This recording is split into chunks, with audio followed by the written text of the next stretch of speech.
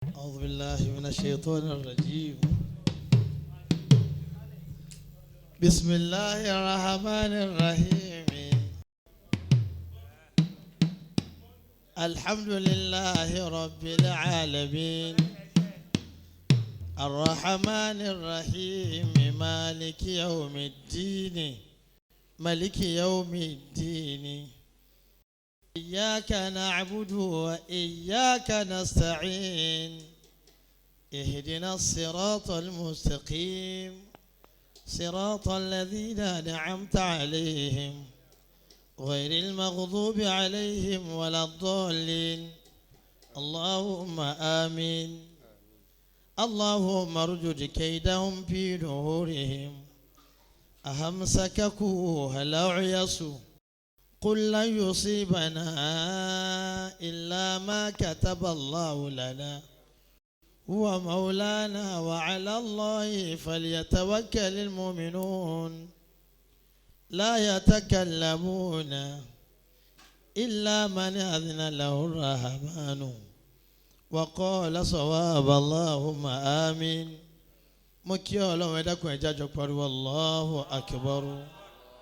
مفي الله بنينا مفي كان نبوة محمد لا ترى النبي محمد مكي مايا تنبني كله إن تلون باتكي ní kíkí tó já sí pé bẹ́ẹ̀ nìkan ò bá tiẹ̀ kí tọ́lọ́run bá lójú. Àlùfáà mi àtàtà àlùfáà wa mẹ̀yìkúdí bàyàrò bá málàmì nǹkan mínísítà bẹ́ẹ̀ mi ti máa ń kí inú ni olùmọ̀ọ́nà màá gbà ọlọ́run ò ní jẹ́ jábọ́ láéláé. Àlùfáà wa Abdul Ganiyi Bature hafidhakumullahu wa ra'akum.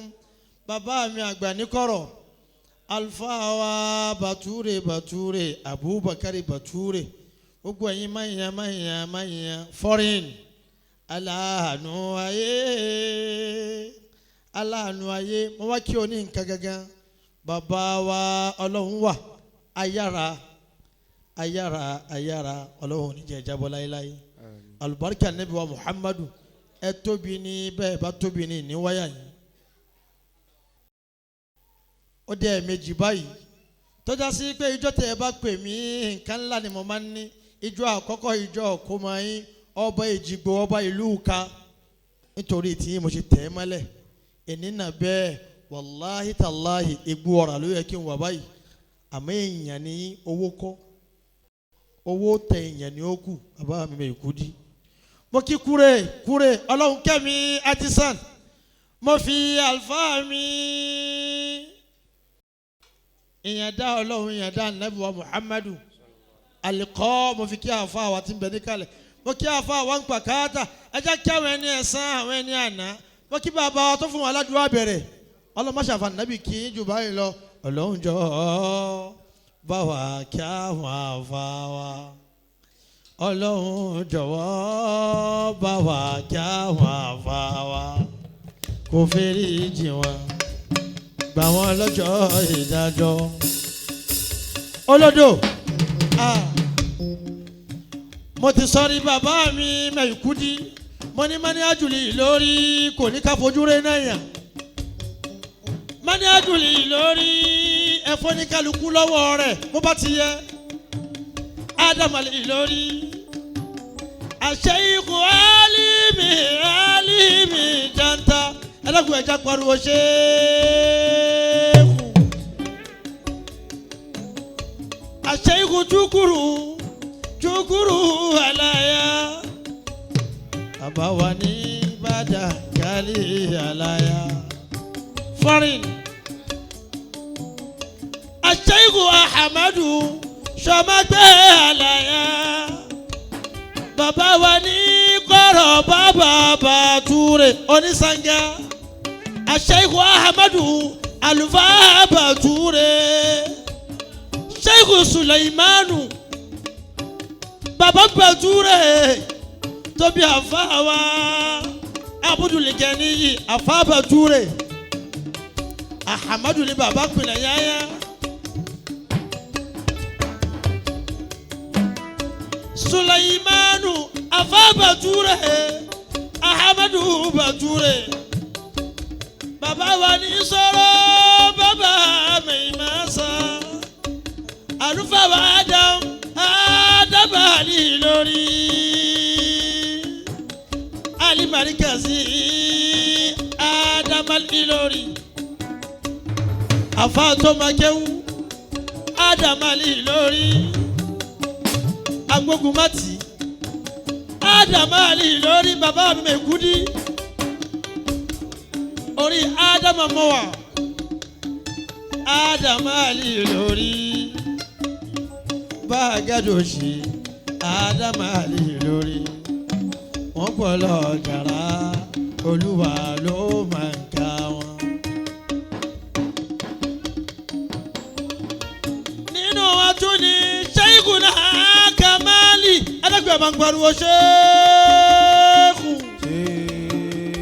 Sheikhu Kamaluddin Adabi Al-Mufti ọmọ bàbá Sheikhu Kamalu náà ní ṣètẹ́lẹ̀ ni bàbá ní bàpẹ̀lẹ́ bàbá ní máa sì gbà aláàánú Ọlọ́run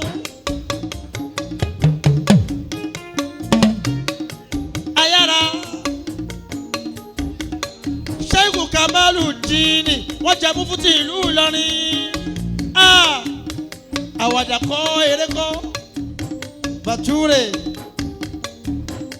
òkúná gbòǹgbò tí ń dátọ́ lánàá òpin Sheikhuna Kamali afọ́lọ́hún àwọn gẹ́gẹ́ ní wà Ibadur Rahmani alladhina yamshuna ala al-ardi hauna àtẹ̀jẹ́jẹ́jẹ́ gbígbà tó dákàmà dáàsì ni wa idha khatabahumul jahiluna qalu salama bàbá ń kọ̀rọ̀ Sheikhuna Kamali Al-Adabi Sheikhuna Kamali Al-Adabi Mufti Ìlọrin bàbá oníwà pẹ̀lẹ́ bàbá ní màsígbà afá jẹ́jẹ́ afá Ọlọ́run nínú àtúnì oníwàsí àgbáyé aláàánú Ọlọ́run ọdún mi àlùfáà mi àlùfáà wa ọlọ́wọ́ foreign oníwàsí àgbáyé nínú àtúnì Sọfíyù Al-Adabi lára wọn tún ní Ismailu Sise Al-Katawi àfáà tó ṣẹ̀ṣẹ̀ lọ bàbá mi Mekudi Ismailu Sise náà ti dára wọn nù ní Olúwa dákun bá wa ṣe ló tó nílùú Ìlọrin Ismailu Sise Al-Katawi Bature foreign Ismailu Sise ìpàdé dojú àlá ìpàdé dìgbà kan foreign ìlú Ìwó Ahamadu alóúnjẹ Ahamadu arórẹ̀kí Ahamadu ilẹ̀ àmì foreign ọ̀dà bẹ́ẹ̀ kúrè oníbàjẹ́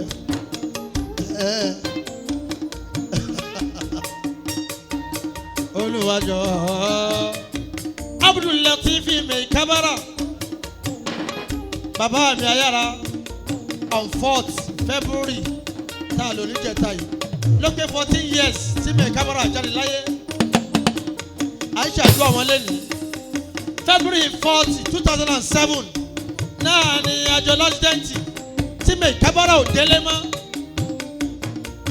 ìjọ tá a rántí fẹ́nìkan lọ làwọn ti fẹ́ ìṣọjọ́ òbí ọlọ́mọṣà jẹ pé alùbáríkà lẹ́bùwọ̀ Muhammadu àfáǹkù àkáyàtà àfọ́ olódò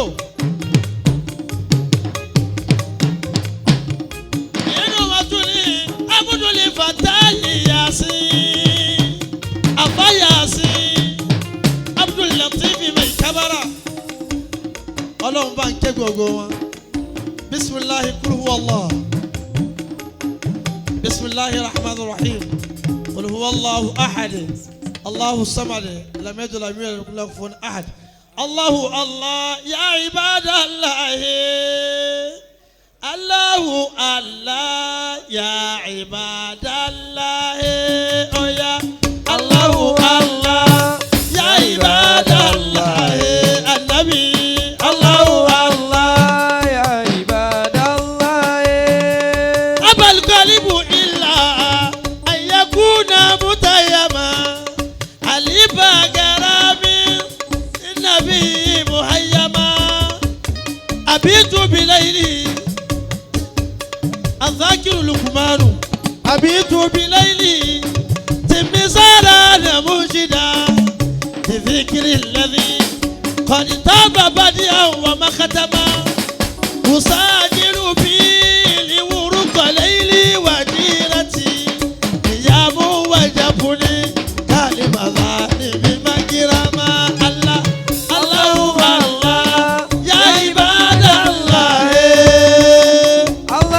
الله يا عباد الله محمد بفتاه لفتوات سيدي وخاتم سلكي رسل خاتما الله يا رسول الله النبي محمد أيرا النبي محمد ويا دلك سي النبي رسول محمد الله النبي محمد النبي محمد النبي محمد الله هو النبي محمد النبي محمد النبي رسول محمد الله النبي النبي النبي محمد النبي محمد النبي محمد النبي محمد النبي محمد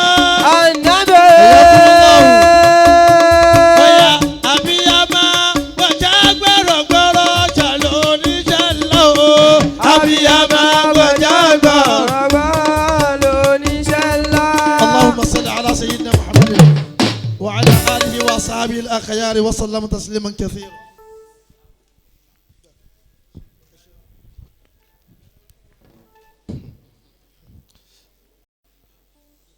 مميدنا مرشدنا لله الشيخ إبراهيم عبد الله الشيخ إبراهيم عبد الله على مميدنا مرشدنا لله الشيخ إبراهيم عبد الله الشيخ إبراهيم عبد الله أبا القلب إلا يكون متيما ألف كلام النبي أيما على مميدنا مرشدنا لله الشيخ إبراهيم عبد الله الشيخ إبراهيم عبد الله ọlọ́run wọlá àfa àlímì kọ́ wọlá àfa àgbà lágége kọ́ wọlá bàbá alájà àgbà rahimahumullah àfa àti ó bá wa kí ànábì nísìn ọlọ́run jẹ́ àlùbáríkà rẹ̀ ó tún pọ̀ sí i. amina ya allah ọlá ànábì lọ́dọ̀ ọlọ́run. allahu alayhi wa sallam. ina akiramuta alikirima malakitahu. lakitahu. àmọ́ ina akiramuta laima tamarada. kọ́lọ́n kó bá kára àlùbáríkà àfa náà. àmín. nísìn a máa lọ bí ètò tó kù. insha allah. proper introduction fọ́rìn àbọ̀ agbádùn ṣèkù fọ́rìn ní ìṣẹ́jú mẹ́wàá. hayyakumullah. tí ò ní dí tí ó sì ní lé. nínú àwọn tí wọ́n ti déjòkó yìí